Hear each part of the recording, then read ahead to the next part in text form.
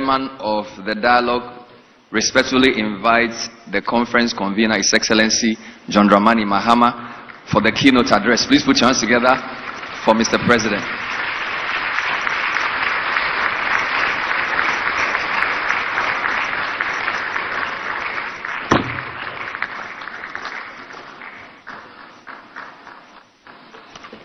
Thank you. Kindly be seated. I was happy when that documentary ended. You can imagine how uncomfortable I was watching myself. But thank you all. Your Excellency, Professor Jane Nana Opoku-Agyeman, Vice President of the Republic of Ghana, Her Ladyship Gertrude Esaba Saki-Tokonu, Chief Justice of the Republic of Ghana, the Right Honorable Edward Do Ajaho, Chairman of the Council of State, members of the Council of State, the Honorable Chief of Staff Julius Debra, the Honorable Minister for Finance Dr. Kesel Ato Forsen, Ministers and Deputy Ministers of State, Dr. Ishmael Yamson, and I call him Uncle Yamson, Chairman of the National Economic Dialogue Planning Committee, the Governor of the Bank of Ghana, Dr. Johnson Pandit Isiama, former governors of the Bank of Ghana, heads of security services, the Dean and members of the Diplomatic Corps, His Royal Majesty King Takiteku Churu II, the Gamanche, heads of political parties, captains of industry, chiefs and queen mothers, friends from the media, fellow countrymen, ladies and gentlemen. It is with great honor and a deep sense of responsibility that I welcome you to this National Economic Dialogue. This gathering is more than just a symbolic exercise or the fulfillment of a campaign promise. It is a decisive step in our collective responsibility to reset Ghana's economy, restore confidence, and build the prosperous future we all envision. Today we are here to begin the process of engaging in honest, solution-driven discussions about the challenges we face and the opportunities before us. Our nation stands at a pivotal moment, and the choices we make now will determine the trajectory of our economy for generations to come. As President, I have the honor of leading the conversation on the theme, Resetting Ghana, Building the Economy We Want Together. This theme reflects our shared commitment to creating an economy that is resilient, inclusive, and built on sustainable growth. It is an invitation to all stakeholders to contribute their expertise, ideas, and dedication to this national effort. Ghana is at a critical crossroads in its economic development. The challenges before us are stark, and the economic distress we face are undeniable. However, our collective resilience, ingenuity, and determination have always been the driving force of our nation's progress. We are not here merely to recount our struggles, nor are we here to resign ourselves to economic stagnation. We are here to seek solutions, to adopt strategies that will put us on a sustainable growth trajectory, and to ensure that we build an economy that works for every Ghanaian. For me, this is not just another policy discussion. It is an urgent call to action. A crucial moment for us as stakeholders to unite with purpose and resolve the challenges that face us.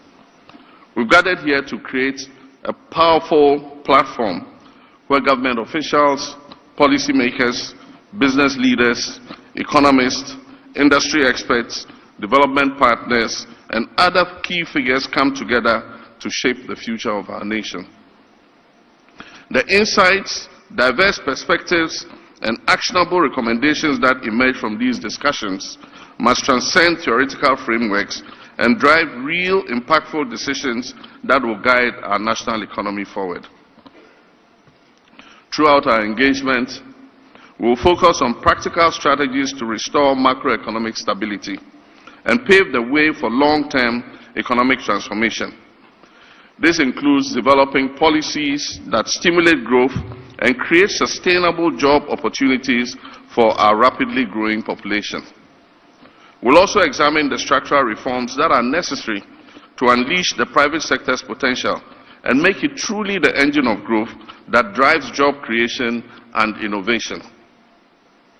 Strengthening economic governance institutions will be a key topic of discussion, ensuring transparency and accountability at all levels of government, while taking decisive action to combat corruption and other things that hinder our progress. It is vital that as we move towards a more prosperous future, and that the economic gains we achieve are distributed equitably, leaving no one behind and fostering inclusive growth that benefits every sector of society, from the most marginalized communities to the industrial leaders of tomorrow. This dialogue is a defining moment, and our decisions must set the course for a more resilient, prosperous, and equitable economy for generations to come. When I assumed office barely 2 months ago, I inherited an economy that was in a state of deep crisis, one that was weighted down by numerous challenges. The economy was reeling from unprecedented levels of debt, soaring inflation, high unemployment, declining levels of foreign direct investment, and low business confidence. The financial struggles that our nation is facing have not arisen overnight. They have been the result of several years of financial mismanagement, irresponsible borrowing, reckless spending, and weak leadership that failed to address the underlying structural issues within our economy. This pervasive mismanagement culminated in Ghana's defaults on its debt obligations. This marked a devastating milestone for our dear country, spawning a cascade of economic problems that have severely impacted our people. Huge fiscal deficits, excessive government expenditures, and overall financial imprudence have compromised our economic resilience. Credible rating agencies such as Moody's, Fitch, Standard & Poor's have all downgraded our international credit rating consecutively, leading to capital flight and a loss of investor confidence and trust. The Bank of Ghana, instead of serving as an independent monetary authority, became a financing tool for government's excesses, fueling inflation and devaluing our currency. The cost of living has skyrocketed to unbearable levels, leaving families grappling with the inability to afford even the most basic necessities. At the same time, inflation erodes the value of wages and savings, pushing many into a cycle of poverty. Meanwhile, the ill-considered collapse of indigenous banks significantly reduced indigenous presence in Ghana's financial and banking space and led to massive job losses. For too long, Ghana has been plagued by short-term decision-making that prioritizes political expediency over long-term stability. We refuse to accept this as Ghana's reality. We reject the notion that economic hardship must be our norm. We refuse to surrender to the forces of stagnation and decline. We are gathered here today because we believe in Ghana's ability to rise again.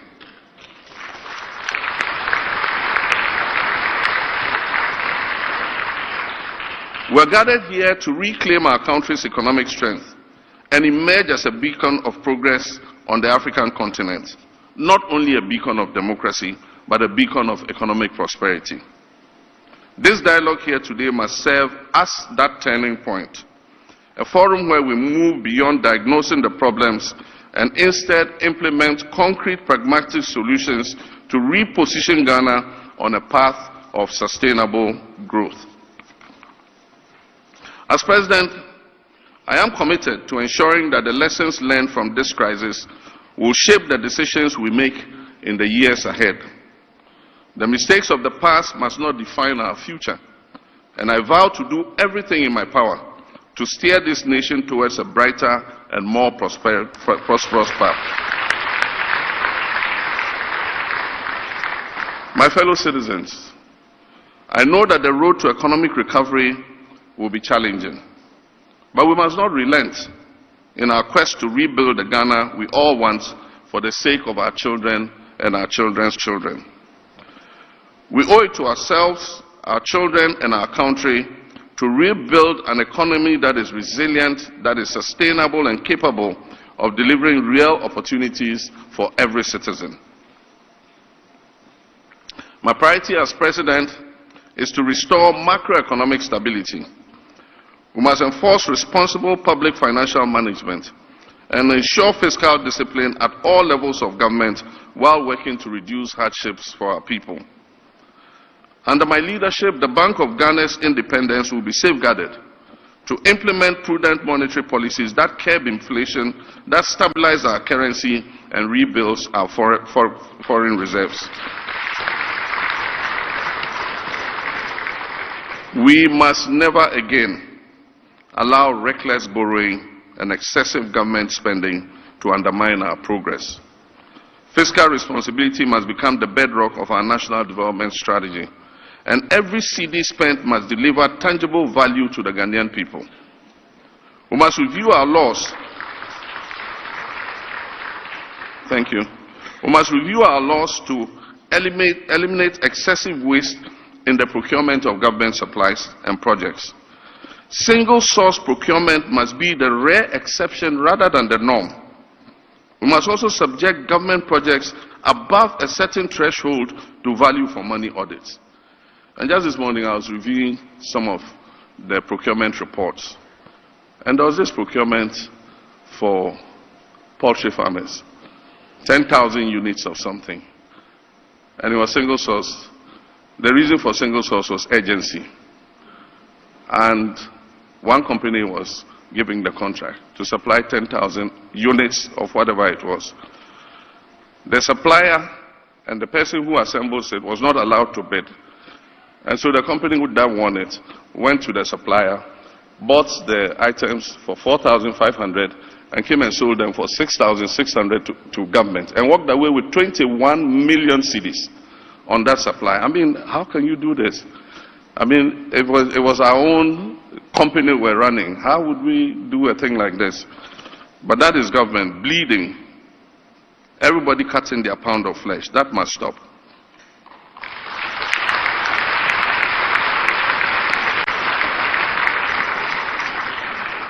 Beyond stabilization, we must undertake a fundamental transformation of our economic structure. Ghana's economy has been heavily reliant on the export of raw materials, such as gold, cocoa, and crude oil, leaving us vulnerable to global price fluctuations and external shocks. We must end this dependence. It is time to transition to a value-added industrialized economy that creates jobs, that boosts exports, and reduces our reliance on imports. Manufacturing and agro-processing must be expanded to ensure that we derive maximum value from our natural resources. Just recently, I think yesterday, the former Chief Justice of this country asked for a review of agreements governing our extractive industry.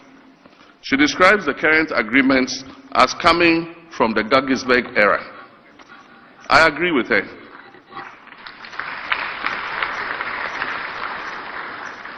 There must be increased indigenous participation in the exploitation of our natural resources. Ghana must earn more from its natural resource endowment if we are to create wealth and prosperity for our people. My fellow citizens, agriculture is a vital sector of our economy that must be modernized through mechanization, improved irrigation, and the adoption of technology-driven innovations to enhance productivity and ensure food security. We must also harness the power of technology to bridge the digital divide, ensuring that every Ghanaian, no matter their location or background, has access to the opportunities that the digital economy provides. High-speed internet and robust digital infrastructure are no longer luxuries. They are necessities that fuel economic growth and global competitiveness. My fellow citizens, all this must be underpinned by urgent governance reforms that promote transparency and hold leadership accountable to the people in whom sovereignty resides. The policies required to bring our economy back on track and sustain the gains made will require multi-stakeholder buy-in. Short-term convenience, which has informed economic decision-making in the past, must give way to long-term and medium and long-term strategic planning, which will help us to avoid the cyclical economic booms and busts that have wreaked havoc on our people. My fellow citizens, I have the political will to see through such reforms, but these reforms must be the product of our collective thinking and synthesization of well-considered proposals from stakeholders in the Ghanaian economy, and that is why we are here this morning.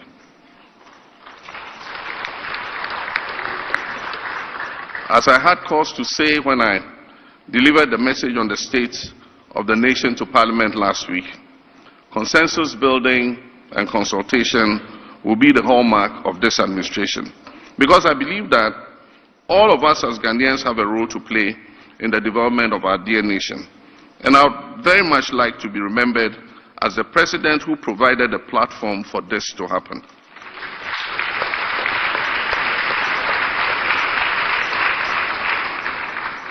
My fellow Ghanaians, a new era is upon us, an era of bold transformation, economic expansion, and limitless opportunities. At the heart of our vision for Ghana's future is the implementation of a 24-hour economy that works for all. This strategy will revolutionize our economic landscape. It will create sustainable jobs and position Ghana as a competitive force on the global stage. Across the world, thriving economies have embraced continuous productivity, ensuring that businesses, industries, and essential services operate around the clock to maximize growth and prosperity.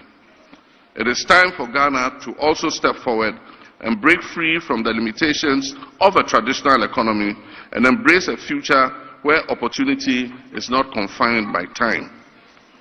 Under this initiative, this administration is committed to providing incentives and tax breaks for manufacturers and businesses that extend their operational hours, encouraging a shift-based employment system that expands job opportunities. We will strengthen key sectors such as manufacturing, retail, healthcare, logistics, and financial services to support such continuous operation. We will invest in infrastructure, energy, and security to ensure businesses and workers operate in a safe and efficient environment.